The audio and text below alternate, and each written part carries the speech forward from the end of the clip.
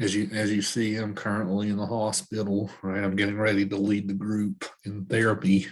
Right, that's so I'm getting ready to lead the class. So hopefully, I will have you all fighting like Nurse Ratchet. But yeah, this movie, One Flew in the Cuckoo's Nest, was made in 1974. 1974 was a very good year for cinema. There was a lot of great movies that came out around that time. So I think that I know that The Exorcist came out around that time too. I'm pretty sure Nicholson also made Chinatown around then too. So that was definitely a good couple of years for Nicholson. But it came out in 74, but this was actually a novel first in the 1960s. This is one of the most famous novels as well in the 1960s. It was written by a guy named Ken Kesey. This is one case. I know that you think, oh, this guy's an English teacher, right? He's always going to say the book's better than the movie. No, I think that this is a case where the movie actually beats the book in many ways. The book it was good though. It's told through the chief's perspective. So the whole book, you get the chief's perspective of Nurse Ratchet and McMurphy and their whole feud and all that stuff. So you get a lot more character of the chief, especially in the book. But yeah, I've always preferred the film, and in this case, sometimes lots of times the film sometimes is better, despite the popular consensus. So whenever this film came out in 1974, this was one of the few times that a movie swept pretty much every Oscar. Jack Nicholson won for Best Actor. Louise Fletcher won for Best Actress. It won not Mike Nichols. Milos Forman was their director here. He won the Best Director. It won Best Picture overall. I think this is one of the very few movies in history that have pretty much swept every single Academy Award at the year that it came out. Now it's revered as one of the great classics on IMDb's top 250 movies of all time list. It's in the top 20. That list is it's hard to give a lot of credence to that list, but the list does show like the popular opinion of the general public. There's a lot of stuff on the list that's in the top 30 or 40 that I'm like, well, these are probably people voting. You probably haven't seen many other movies, but yeah, I mean it's definitely a very respected piece of cinema. Certainly a good one to start out our drama unit with. So what's to say about it then? This is a movie that's all about character, right?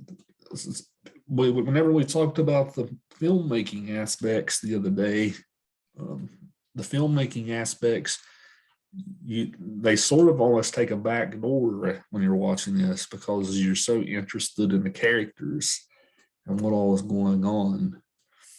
But of course, you have McMurphy, played by Nicholson, his great conflict with Nurse Ratchet, played by Louise Fletcher.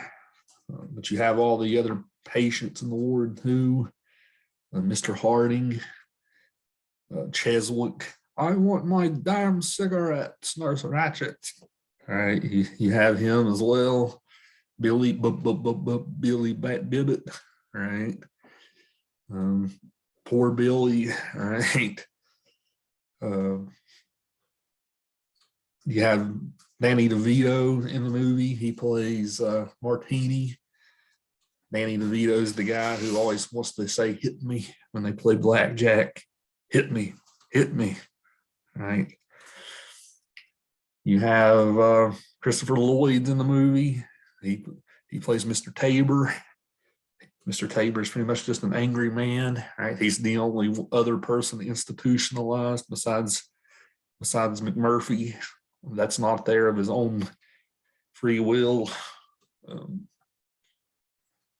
Then of course you have the Chief Bromden, played by Will Sampson, one of the great all-time Native American actors. So this movie has a cast almost like any other, and a lot of these actors like Danny DeVito and Christopher Lloyd, it was one of their first movies. So Nicholson, this movie definitely made Nicholson's career what it was. Of course, we all know Nicholson became one of the most famous actors in Hollywood, if not the most famous for a long time. Of course, he's retired now. He doesn't do anything now but eat hamburgers and go to Lakers games, right? But you know, in his heyday, he was the most popular actor. So I've talked enough. That's just my basic introduction to the film. We'll kind of let the conversation steer whichever way it goes. Today's the day that I'm starting to turn the floor over to you guys. Just what was your general experiences watching One Flew Over the Cuckoo Nest? Was this your first time watching it? What did you make of it? What interested you about it? So you guys talk to me. Somebody help get us started here. This was the first time I've ever watched this movie. I liked it, but it was pretty long. Yeah, it's about a 2-hour runtime, I think. We're definitely going to watch a lot longer stuff in the class. So brace yourself. Take some breaks. What did you like about it, though, Sonny? Some parts of it was funny, and I didn't know most of the actors, but they was pretty good. Yeah, you've probably seen Nicholson or Danny DeVito in something at some point or other. Danny DeVito. I might have, but I can't remember their faces. Yeah, Timmy didn't recognize. I was talking to Timmy before class. He didn't recognize Danny DeVito in the movie just because he's so young. It's hard. That's how it was. When was this movie made? 1974. Oh my God. Danny DeVito was really young then.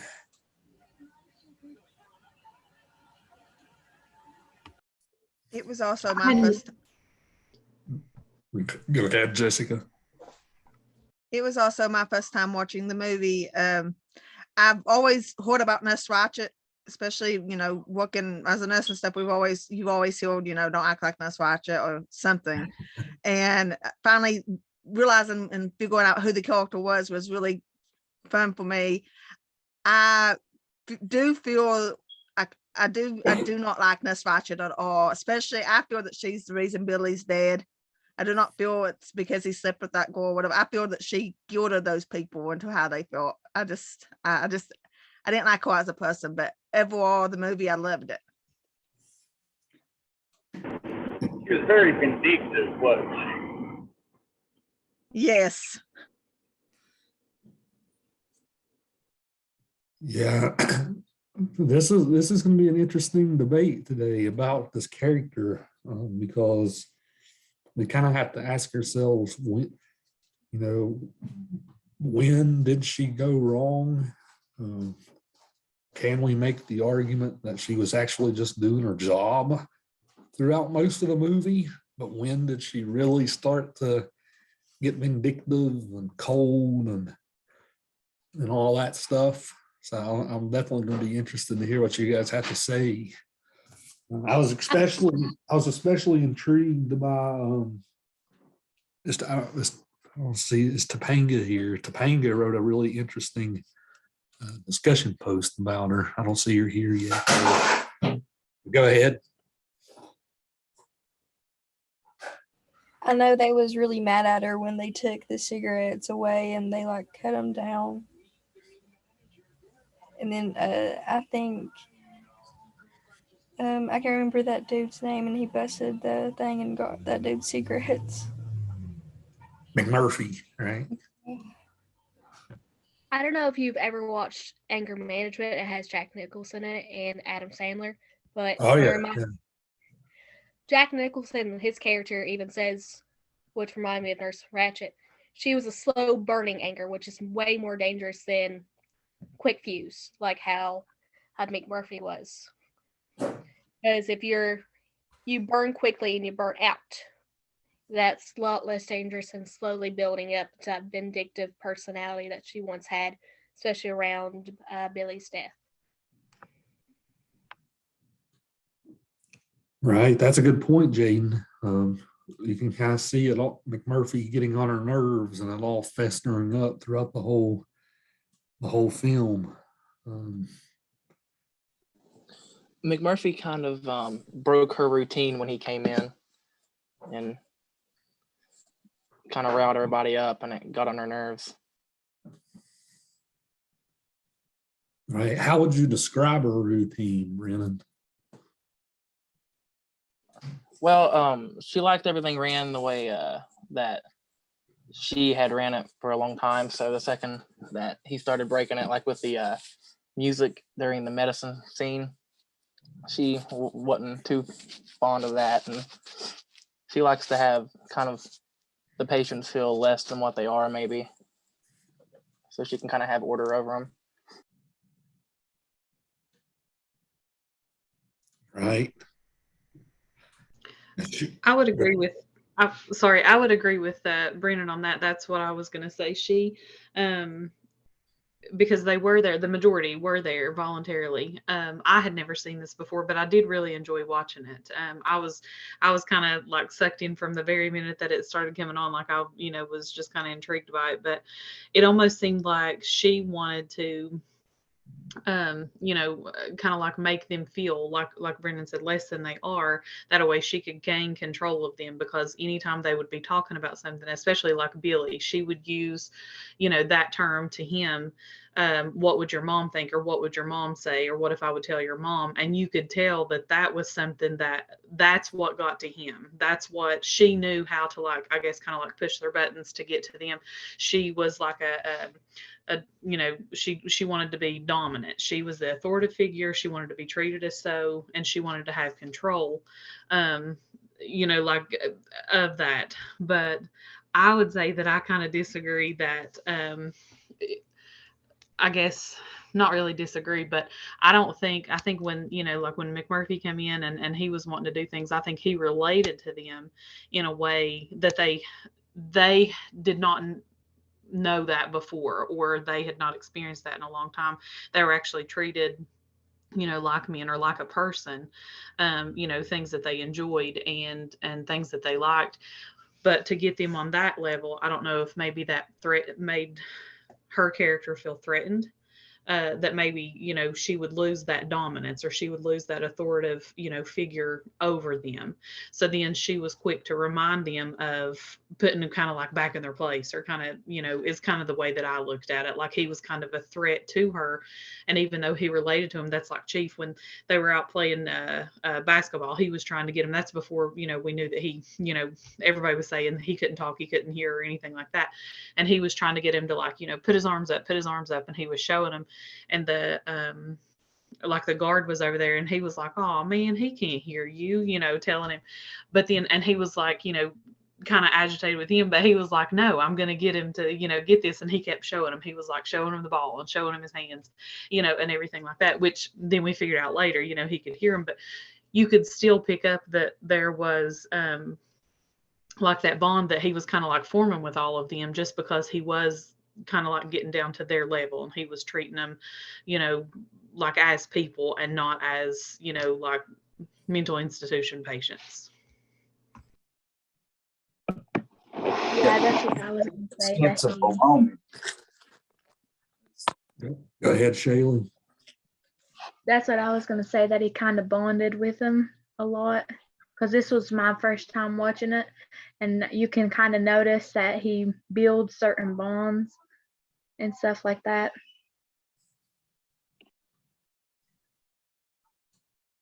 Right. Like Stacy said, the bond he develops with the chief. He makes Billy especially more confident in himself. I don't know if you guys noticed, but Billy's stutter actually stopped right after he was with Candy at the end, but it came back like in a flash right when Nurse Ratched brought up his mother. Right, he started to stutter again.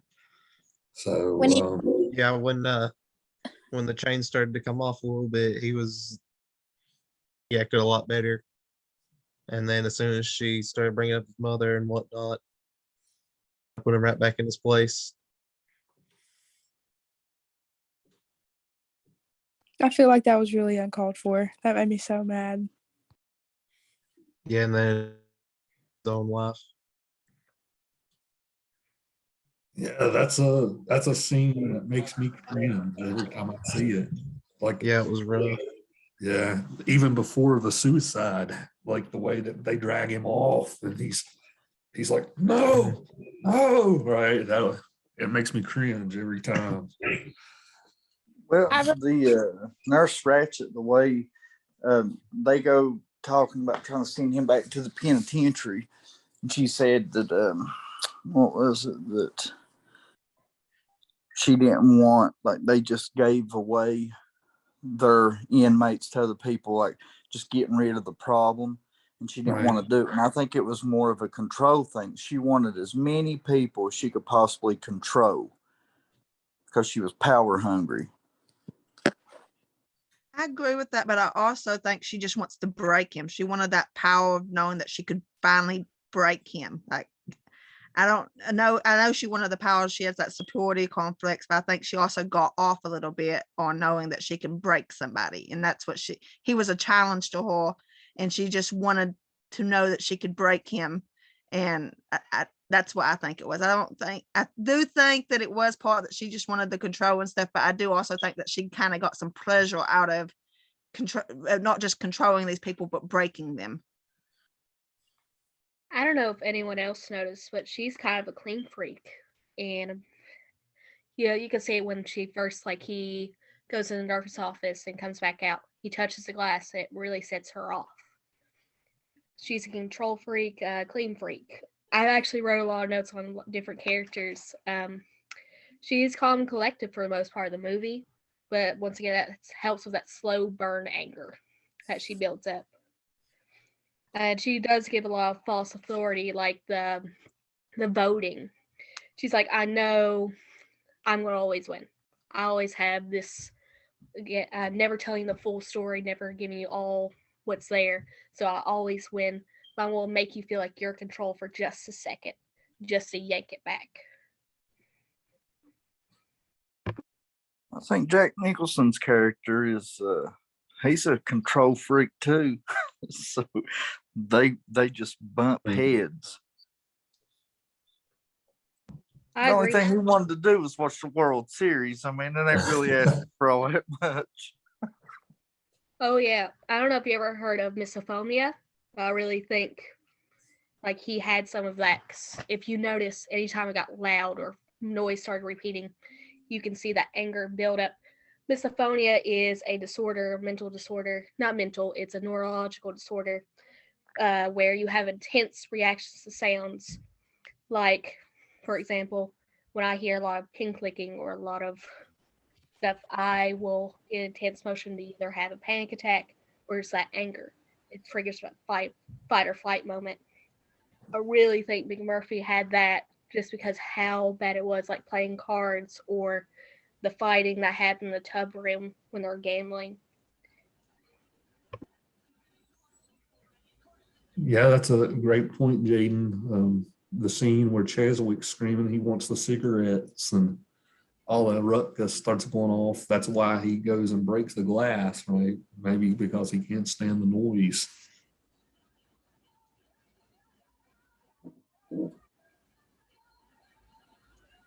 I do think he did have a psychological condition. Like if he was bipolar, had what she said or something, you could tell he had some kind of psychological condition, especially with impulse control. So he did kind of need to be in someplace to get help, but she wasn't the correct help for him.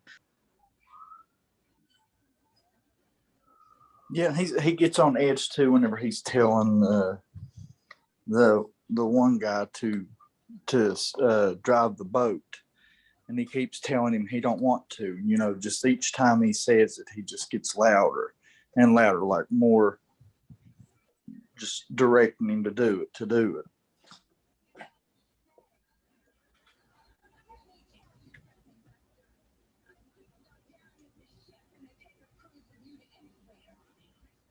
Yeah, that's definitely interesting. I've never thought of that. I've seen this movie 100 times. I never thought about that, how he maybe can't stand the noise and how he just keeps getting louder and louder, maybe to drown it out. That's a good insight. The only reason why I kind of know about misophonia is because they really thought for a long time I had it. It's just because it triggers that fight or flight moment. It's a really known disorder, especially not known back then. You have to think where he's in so many fights. You're programmed wrong. It's a neurological disorder, so if you get hit in the head, suddenly it can just set off the wiring. And I really think that could have been the reason why he's the way he is. Plus, he has some narcissistic tendencies, but he also has like a kind heart, and he wants to help people, but he's always going to put himself first in a way. And to add to that a little bit about him and his character, he came from, like prison before, and he had been in trouble like different times before. So maybe the situations that he was in, or him trying to trick him to get into like maybe that type of institution, maybe he was thinking, I don't know that it would be a quieter environment, maybe, being around the kind of people that he was around, like in prison or in jail, or, maybe those were things that triggered him a lot, that caused him to get into maybe more trouble, or that triggered different situations where he was. And maybe that's part of the reason why he was trying to get out. I know they mentioned like him being lazy, or he didn't want to do, different things, but maybe for him, maybe that was some of it, was to be able to get into that, thinking that it would be a different environment than maybe, the loudness or the fighting or being around that.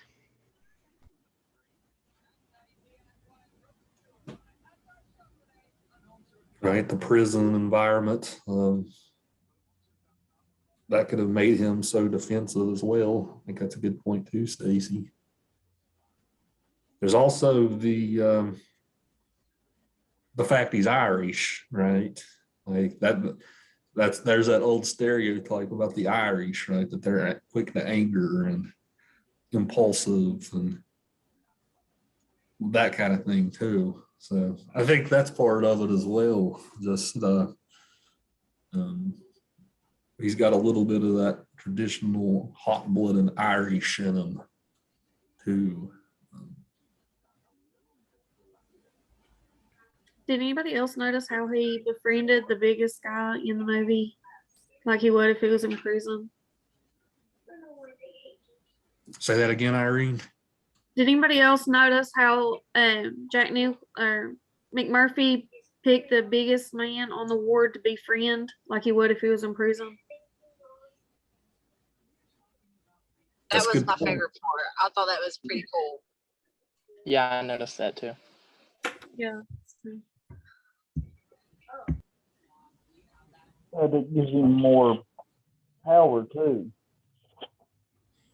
Gives you more sense of control to be best friends with the biggest guy there. So it's like an intimidation tactic.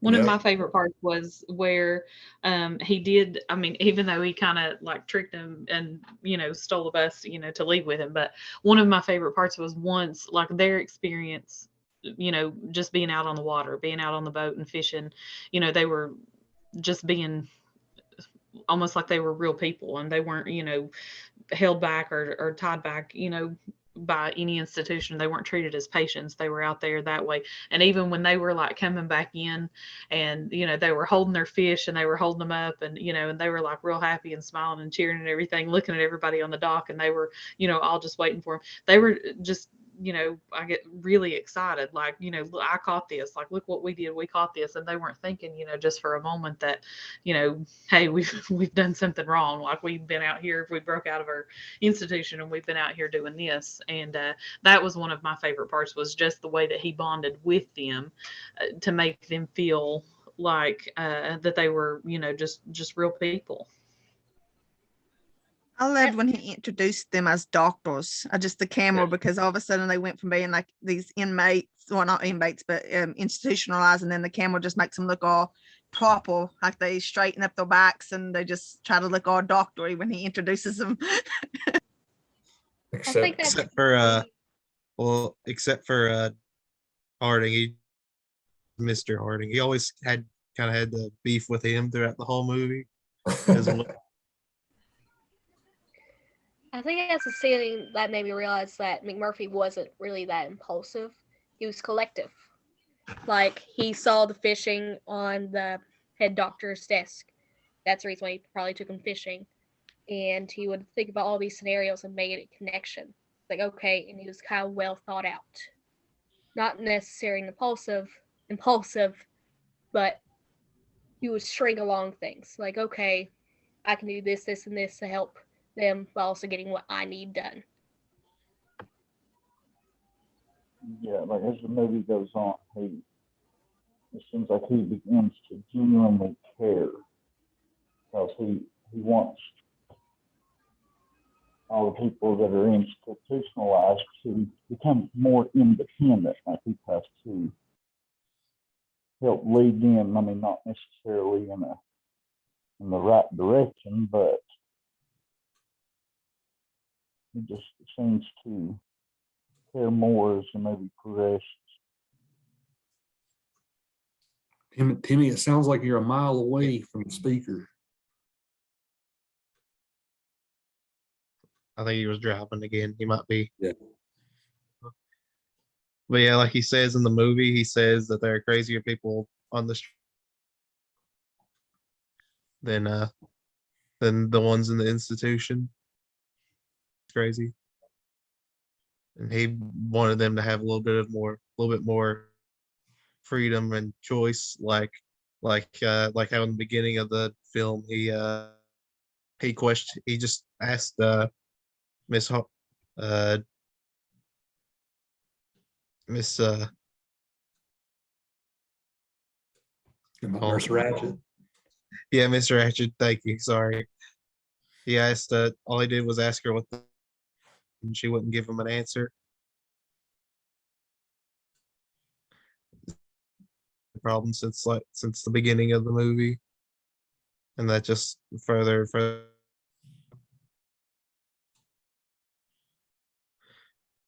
that was very unfortunate.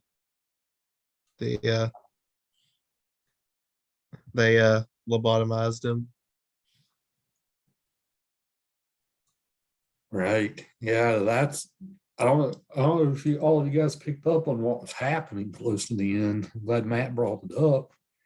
Of course, back in the 60s and the years before that, right, that was a common procedure to do to mentally disturbed patients, right? They would literally cut out the part of their brains that had anything to do with personality. So they would just pretty much just be a walking zombie for the rest of their lives, right? Because they believed it would fix them, but it just pretty much made them, like you said, a walking zombie. It's just they have no personality now. And I believe that's probably why Chief ended up suffocating him at the end. Wouldn't have wanted to live that way. I don't know if you remember, but he said his dad went out kind of the same way. He probably was like, well, this man was good to me. He was the only one that treated me like a person. So I don't want to see him suffer. And I feel like his plan was they both were supposed to leave. So I feel like he was like, I'm going to end this so you're not suffering. And that way you can go with me, at least spiritually, and get away from this place.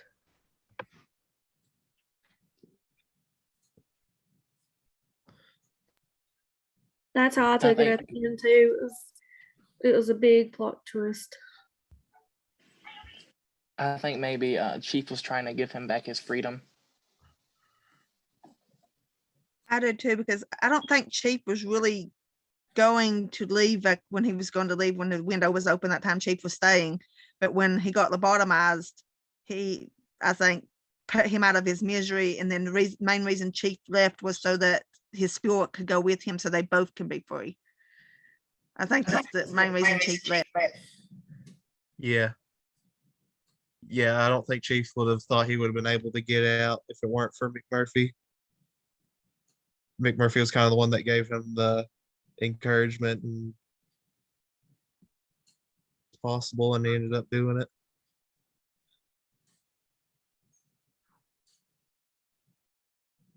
Yeah, we talked at one of the discussion questions I gave you guys was what's the significance of the title of the movie, One Flew to the Cuckoo Nest. Well, a lot of you guys made the connection that cuckoo means crazy a lot of time, but the cuckoo bird too is known for killing. They're known for being killers. So yeah, that has something to do with it maybe as well, like the fact that they do kill. So the Chiefs killing. Go ahead, Shaylee. I was gonna put that, but I didn't know if that's what you were looking for. Mm-hmm. Yeah, that's part of the significance of the title for sure.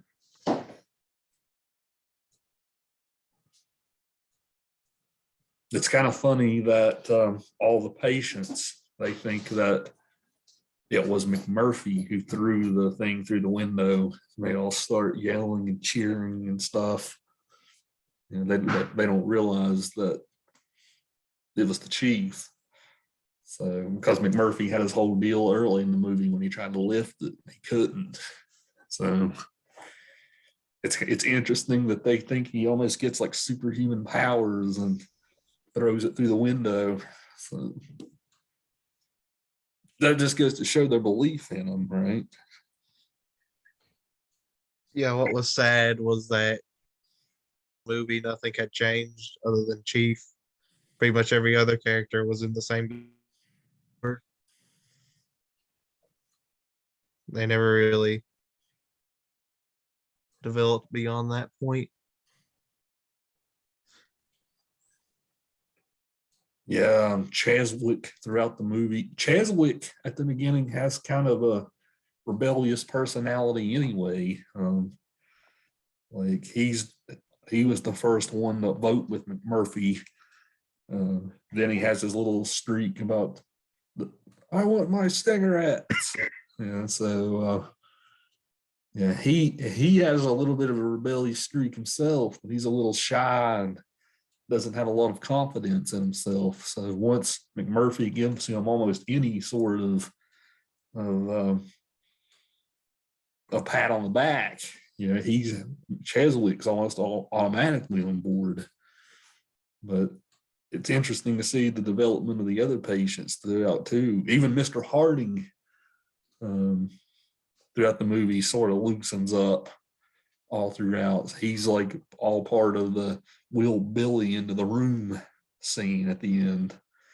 So even he loosens up. He's Mr. Stiff and ultra serious.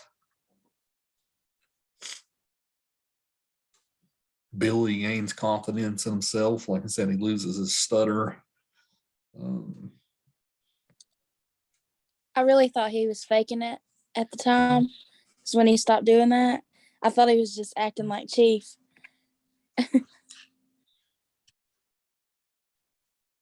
Yeah, that's what they call a Freudian tick, right? So things like stutters can oftentimes be corrected in psychoanalysis through therapy. But that Nurse Ratched obviously wasn't interested in curing him. I think she was interested in just keeping him there. Yeah, that's what I was kind of surprised, like, you know, a little bit through the movie to figure out that most of them were there just voluntarily. And then that particular floor of the hospital, like when McMurphy and Chief, when they first went upstairs, like it showed like a different set of patients. Like the patients that were up there were, you know, obviously different than, you know, the patients that were on this floor. So with, you know, my thoughts on it with Nurse Ratched being on this floor, she liked to be like that dominant, that authoritative figure, and to, you know, to keep control, to always have control, be in control, you know. But it was almost like you said there that she wanted to kind of keep him there. So it was like they would have their little, you know, like round, you know, round discussions there where they would all kind of sit there in a group and they would discuss stuff. But it would be like the things that she would bring up and talk about to him would just be just enough to kind of like, you know, just have him to go off on like whatever it was that would irritate him just enough, or just enough of what was driving him crazy there. You know, like the one guy talking about his wife, or you know, just whatever it was, just enough to kind of keep pulling him back in each time. And when McMurphy was there, he, you know, was trying to give him the confidence, you know, to speak up, or to say what, to have a mind of their own, to say something.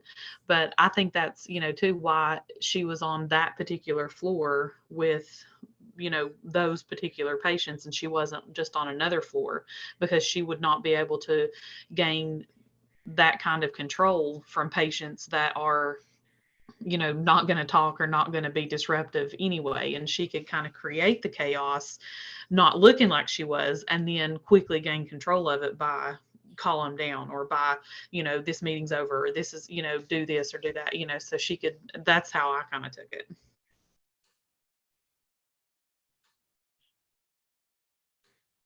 Right? If she worked with the lobotomized patients, she wouldn't be able to have that power and control. So that build on your point there, Stacy. I don't Yeah, understand. Oh, sorry. Sorry, go ahead. I don't understand why they would just voluntarily go into a mental institution and have to suffer through that, and Miss Ratched don't let them go just on their own time. When you believe you're really sick and someone's telling you what to do and you have a controlled area, you feel safer in it. So maybe that's the reason why they saved, even though it was a terrible and toxic environment. If that's what you're used to, you're going to stay there. Yeah, And through her. I think she kept enough control. She knew like, the way I was when I was watching it, like they would get maybe so far to where they were like maybe almost ready to, you know, to do this, or they could have been ready, you know, to be discharged or to leave or to go home or however.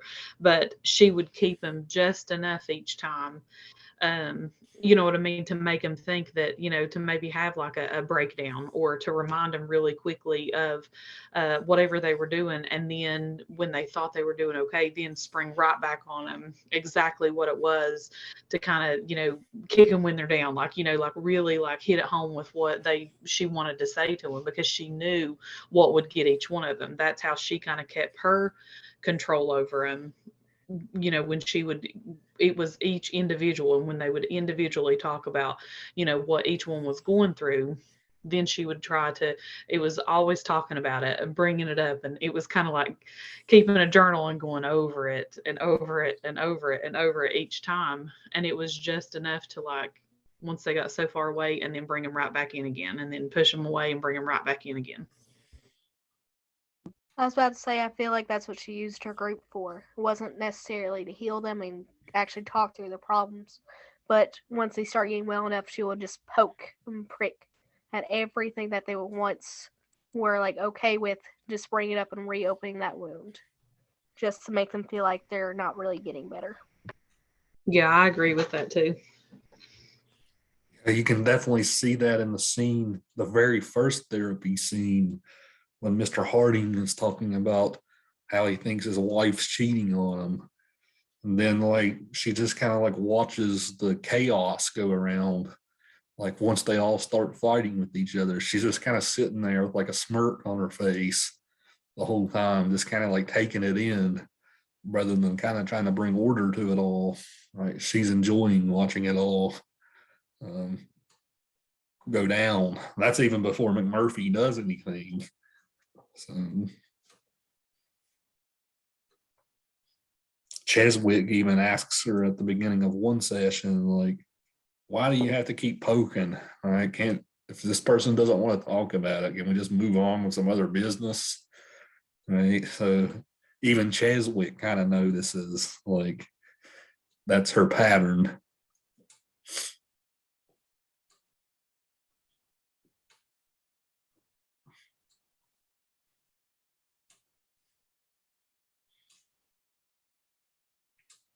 Yeah, this movie is one of the few.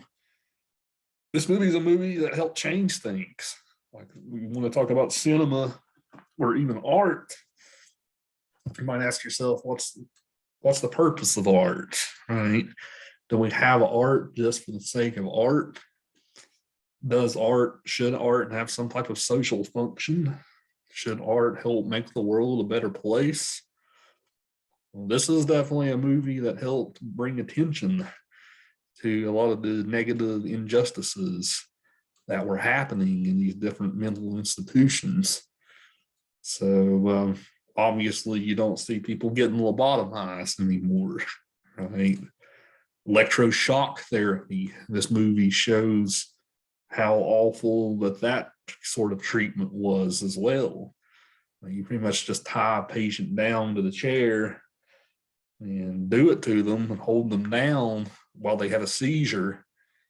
I think that's that the movie definitely shows how barbaric that is.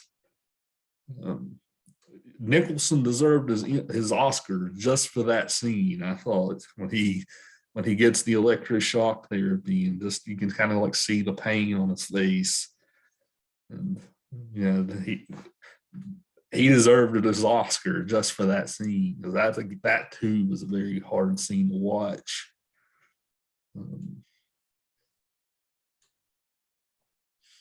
Yeah, I mean, this movie exposed all that stuff, right? And things started to change a bit. So, and here's a case where art actually does something, right?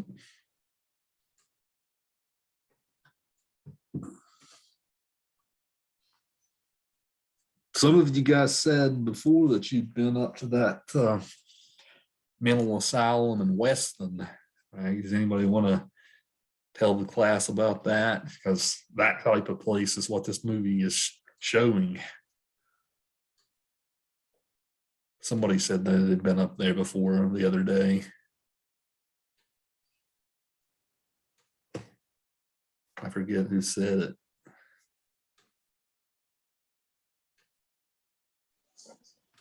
I've been up there before during Halloween, and we took a tour, and it was kind of creepy. A lot of the stuff is still the same. One of the floors we went on still had a couple of the beds and rooms and stuff and everything set up, and it was very odd. And it had you kind of have a weird feeling when you're in there.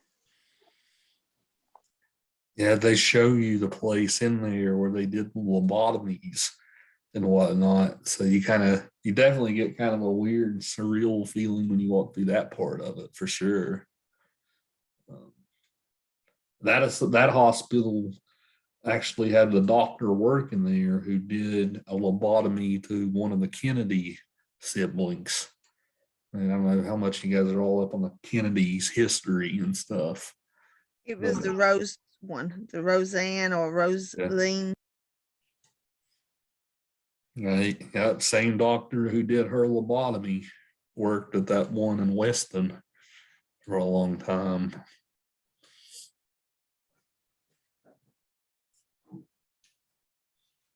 I think it's interesting, like when this movie came out was around the time that there was a woman, I think it was a woman who went into the institutions, I think it was in the early 70s, maybe late 60s, and pretended to be a patient. She was a news reporter, and they published it and laughed like she was like actually sane, but she went in saying she was insane, and she wrote about how bad they was mistreated. It ended up passing up a lot of laws got passed against institutions, and that's why there was a lot of shutdowns in the 70s and 80s of institutions, was because of where she went in. And this movie came out around the time that article probably was released too. And I think that together influenced it a lot.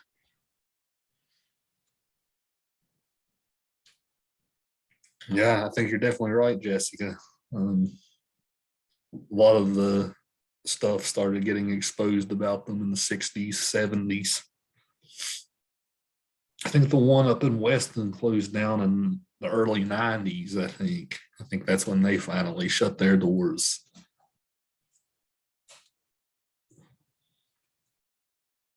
I actually had a patient she was institutionalized, and I had to read the reports because she wasn't able to talk. She was lobotomized and stuff. And it talked about, she was in the institution like in the 70s, how they would spray them with hoses to bath them. And because they was talking about seminal issues and stuff, and like she was one of these that would eat all your food, like you lay it down, you had to watch how she ate, you had to give it in small portions. And the social worker explained that when she was in the institution, they would lay out the trays, and as soon as they laid the last tray, they would stop picking up the tray. So if you didn't eat fast enough, you didn't get anything. Like once they laid down the last tray, they started picking up the first tray. So if your food wasn't done, too bad. So that's part of the reason that she ate so fast and would choke, and we would have to only give her a little bit at a time, was because of that. And she had a fear of water, like we couldn't bath her but once a month because she was sprayed with a hose. And she had been out of the institution for 20 years by the time I was with her, and she still had like this spill of water, this eating thing, all just because of how she was in. And she also ended up getting a disease, a bloodborne disease, from how they share the needles. Like they would go and give everybody shots with the same needles, all from the 60s and 70s, when that's about the time she was in there. And I just think that's really sad. Yeah, that's a good story, Jessica. That is extremely sad. I didn't know that they did stuff like share the needles and stuff. That's awful.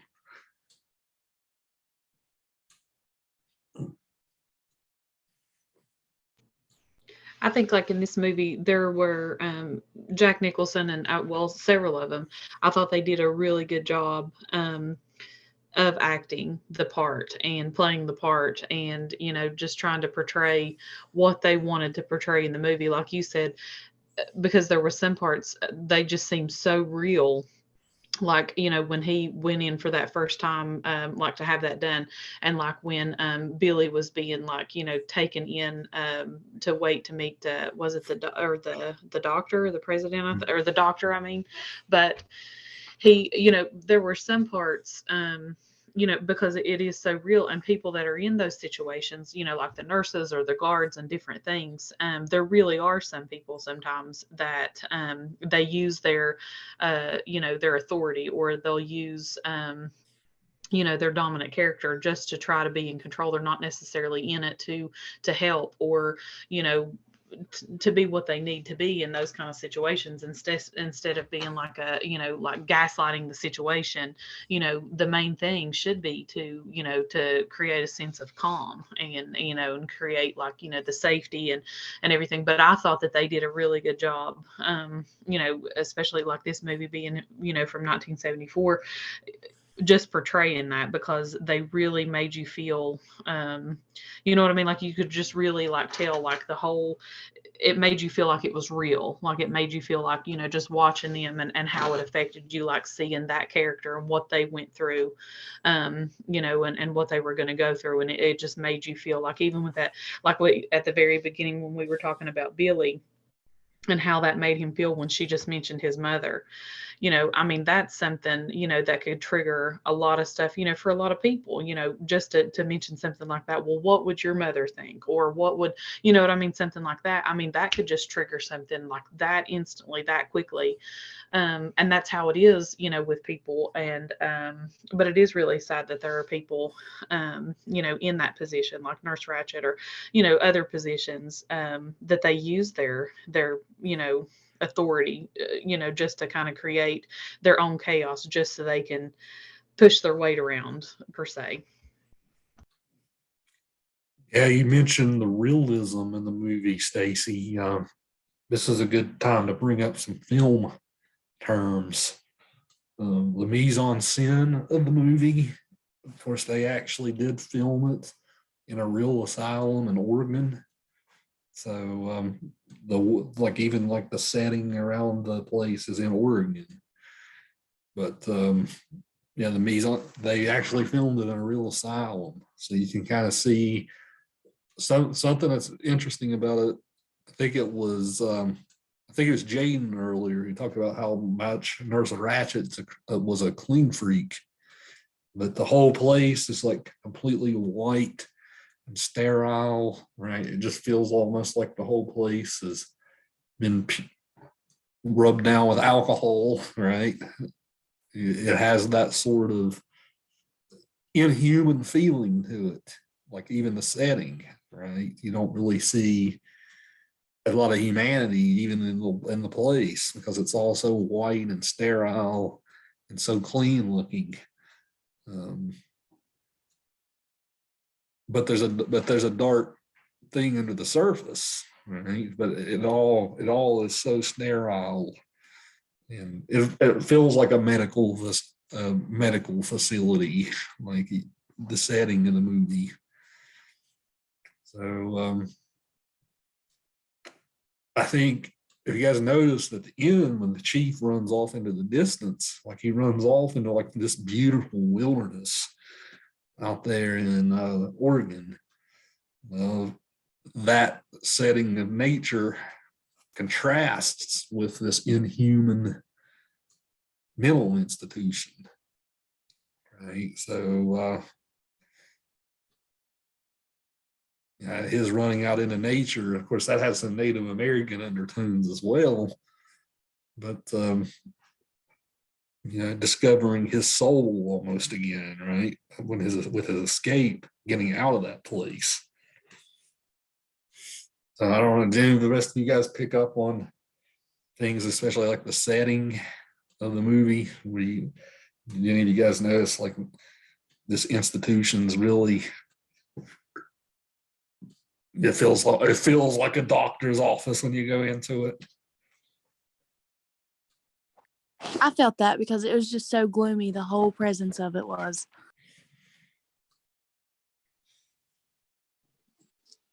I recognized how the opening shot is so pretty, and it shows the outside world and the cars coming in, and then it just jumps straight into the institution. They don't really, normally they would show like them dropping him off or something, but it goes straight to Nurse Ratched, and then it shows them dropping him off. I found that interesting. And it starts with that real eerie music, and then it ends with it too. Right. Yeah, that music at the beginning and end, right? That has that sort of Native American tone to it. Yeah, with the Yeah, I was able to make that connection after I watched it the first time. But I honestly thought that the music at the beginning and throughout the soundtrack was just for Jack Nicholson's character. Like, I thought he was going to be like worse than what he was.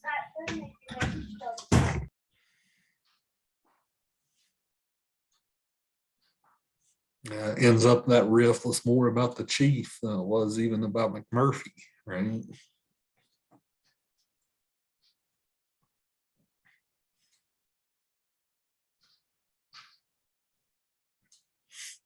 Yeah, one of you guys mentioned earlier when Nurse Ratched walks in for the first time, like the way that the camera works, you just kind of look down this really long hallway, like there's nothing there but like white walls. So you kind of see her come into the frame, right? She just walks down this hallway for the first time. You can kind of guess there that she's probably not the most personable of people, right? Just because how it shows her like walk in so authoritatively down that long sterile hallway. That's a case with film. That's visual storytelling, like we were talking about the other day. But go ahead. Speaking about like how like the camera focused on Nurse Ratchet, I always liked it how it's always a slow zoom, always from like more so the ground, slowly zooming up forward towards her to give her more of like a dominating appearance. I always thought that was really cool. This is probably my third time watching the movie, and it always gets me. Yeah, you get lots of low angle shots of Nurse Ratchet. Even even when they're outside playing basketball, you see the camera pointing up as she like glares out the window. Right, that's a good scene showing like her power that she has over them. It gave me like Big Brother vibes, like always watching.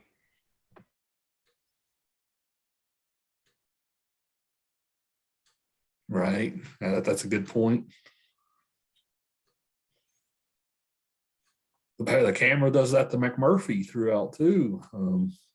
Jack Nicholson's not that tall of a guy, but you would think he's like 6'5" or something, with like the way that the camera looks up at him a lot of the time.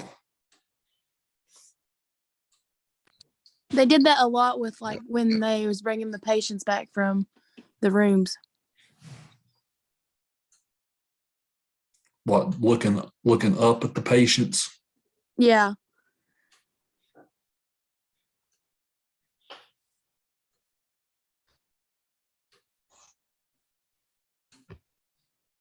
You know, I believe the only other person I can think of that got like a shot like you were talking about earlier, of her slowly walking up towards where the camera is, nothing, just her. I think if we got a shot like that was McMurphy kind of setting up that these are like, I guess, hero, and this is the main villain of the story. These are the two most important characters. Right. So you think that's why we especially get the low angle of both, just to show their significance to the story? Yeah, they show their importance to the.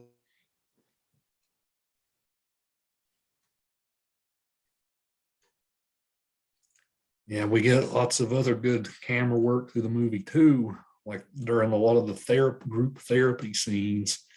Like you'll get a first person perspective from McMurphy's eyes. You'll get a first person perspective from Nurse Ratchet's eyes. Then you'll have like the quick edits back and forth between the patients as they argue with each other. So that's some good filmmaking work as well. And close to the end, when they're getting ready to have the party, when Turkle's boss shows up, he's like, "Oh shit, the supervisor!" Right? You kind of see her walk up that hallway too, which has more of a comic tone to it, just because they're all hiding. He's probably one of my favorite characters in the movie, Turkle. Like every word that comes out of his mouth is just pure comic gold. So I don't recommend trying to watch this on YouTube because it zooms it in so much. You're like, is that actually how it's supposed to go? It was fun for me. I sent Mr. Yeager a video of it off YouTube last night. So it just get on my nerves. Yeah, that was bad. There was like someone up. I think someone up themselves. That might have been what you watched. I watched like the actual like published version on there. I paid to rent it. No, I didn't do that. I was just seeing if I could watch it that way, and it was terrible. Yeah, someone just Yeah, it had like a scanning code down on the bottom right hand corner of the screen. yeah, so I guess the down. That was the one I tried to watch, and it just would not. Yeah, I watched the actual normal. It took me a minute to really get into the movie, and that's probably why, because the first half of it I watched it on that YouTube channel, and it was just an annoyance. And then I just Googled it and found it online. Yeah, like a month ago, you found this thing on like every streaming service. It was on Netflix, HBO. Now you can't find it on anything. These streaming services are so undependable. It's on Amazon, but you have to rent it. I have 7 or 8 streaming services. I couldn't find it on any of them. No. Yeah, no, I don't think it was on anything. Read it. I usually, whenever I run into this problem, I'll usually rent from Amazon or Apple Plus. They have a rental service on there too.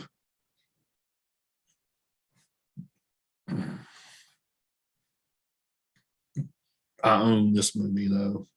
I have to. I taught it and covered it in class so many times.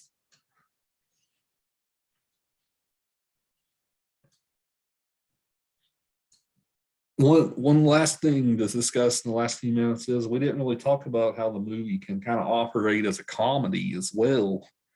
There's lots of drama, but there's also lots of comedy in the movie.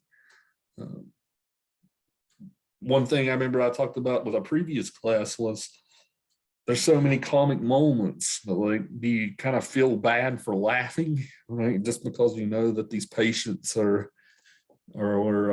can't help it, right? But what did some of you guys think about the comic aspects of the movie? Did you laugh as much as you felt sadness and all that stuff as you watched it? Yeah, there was definitely a lot of comedic moments in the film. Like the whole boat scene was pretty hilarious. Some characters that were pretty much the comedic relief of the film, like Marcus, for example, is one example. Someone who never doesn't really have a whole lot of character there to be the comedic relief. Which character did you say again? Martini. Yeah. He's going. I love the scene where McMurphy came out after the shock treatment and acted like he was a zombie. It had me laughing when he was like, he winked at Chief to like let Chief know that he was faking. And He had That that was line. my favorite part of the movie. I died laughing. Yeah, what I thought was interesting about that was it seemed like everybody knew what had happened to him, like what they thought had happened. So it makes you wonder if like who else got lobotomized there, lobotomized, and they had already had to deal with someone having that happen to them. Murphy was definitely probably not the first in that group.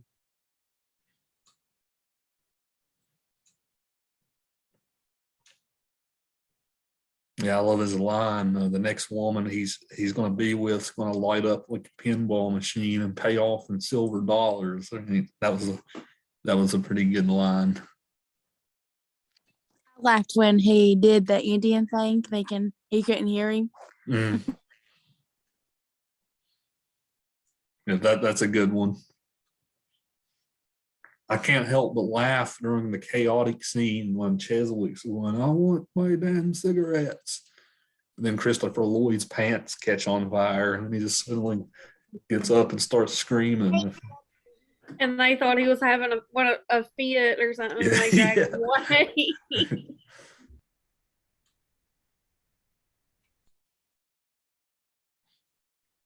And I get it, the stress of being there, and then she takes the cigarettes from him too. So I'm probably through it. Yeah, he goes, somebody else offers to give him a cigarette, and he's like, I don't want your cigarettes or yours or yours or yours. I want my damn cigarettes, Nurse Ratchet. And then they play keep away with Harding cigarette, and he's literally in the floor hunting under chairs. It was insane the whole time. And Cheswick is still going on, and McMurphy's telling him to shut up because he knows what's going to happen.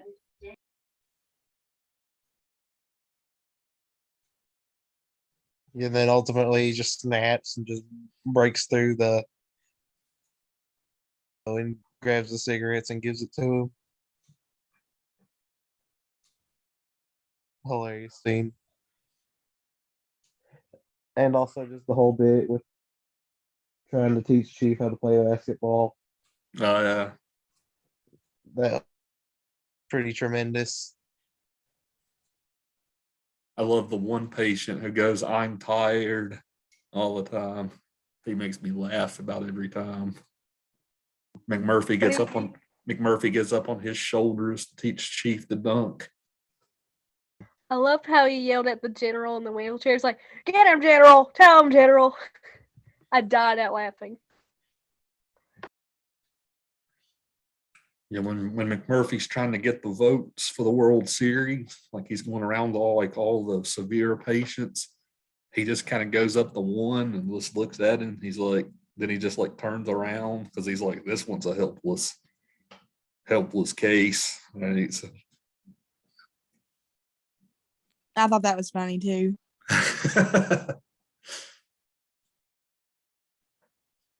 the dancing patient, he's funny.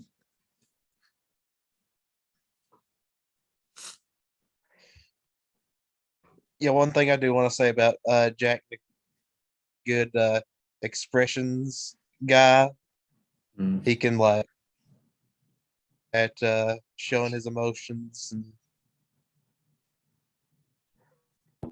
Yeah, he definitely showcases some crazy eyes in that movie. Jack Nicholson always has crazy eyes. That's the reason why we love him. He definitely goes over the top on a lot of his performances, and then they're always so good because he kind of goes no holds barred. Yeah, we know him from playing the Joker. You'll never match you'll never match it. Heath Ledger did not know. Jack Nicholson, I mean, he played it too good. Nobody will ever be able to follow. I agree, Timmy. I like the 89 Batman the best too.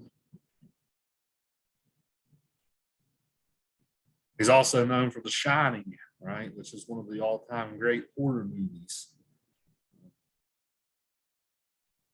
Which you should have put that on my list. Shining. I had it on my list last semester. That's why I didn't put it on this semester. I like to mix it up, keep it fresh. I don't know if you've ever watched The Devil All the Time, but I highly suggest you watch that. It's on Netflix. It tells about the corruption in the whole world and stuff, but like not being overly religious. It's such a good movie. You should definitely watch it. I've read the novel. The novel was actually written by a West Virginia author. Yeah, I have read the novel of that. It's really good. I haven't seen the film yet. I haven't read the novel, but when I watched the movie, it really made me want to read it. Well, if anybody in this class has English 230 as an option. Take it with Dr. Yeager. Oh, it's a great class. I'm in it right now. It's some really good stories. Which one are you in, Jessica? I'm in his port down. Oh no, it's not 230. Never mind. It's his. I know it's American literature class. Lit class. I thought it was 230, but it's not. I just pulled out my schedule. Sorry. Are you in 102? Oh yes, 102. Yeah, we're getting ready to start the Zoom for that one here in a few minutes. 104, and it's not. I get my teachers mixed up. It's Freeman, not Yeager. You're Yeager. Sorry. Yeah. Gotta be a turncoat and come over to my side. Nathan will be fine. What class is it? Like, is it what like the 230? What is it exactly? That class is about the ancient. It's about Western world lit. It goes from the ancient Greeks up to pretty close to the present. So a lot of the old classics. I second Timmy. It's an excellent class. I was in that last semester and I really, really enjoyed it. I always do that one in the fall semester. So You may see me this fall then, because I love literature classes. good. Yeah, so, well, very good first day of discussion, guys. I can't wait for the next one already. Next week, our first one is Rocky. That one is on HBO Max. So if you have that streaming service, you can watch it on there. Just a quick mention, I did put up a video and a prompt about presentations up on our page. So you can check that out on your own time about what all did I expect out of the presentation. I put up like a bunch of different videos where people have done good presentations. I posted some handouts and PowerPoints. So I put a whole lot of stuff up on our page about that. So just a quick mention about that too. I think our first presentation is going to be on Rocky next week. I also forgot about the discussion board post. Can I still do that? Because I know you wanted it done before class. Yeah, maybe try to do it on something we didn't talk about in class. Yeah. See if you can do it that way. Okay. And I think that's it as far as class business. There's also, by the way, just another quick mention, there's also a Netflix show about Nurse Ratched. It's a prequel story on Flew in the Cuckoo Nest. I haven't watched it, but I just wanted to make you aware that there's a show about her if you're interested. Okay. I've watched it before. It's really good. It's really good. I've seen a few of the shows. It's yeah, it's from what I've seen, it's pretty good. I've not watched the whole all of it yet, but yeah, it's I think it's just called Ratchet maybe. Mm-hmm. But yeah, it's pretty good. Yes, I wanted to make you all aware of that too, in case you didn't know. So yeah, good class. Next week, Rocky. So see you guys then.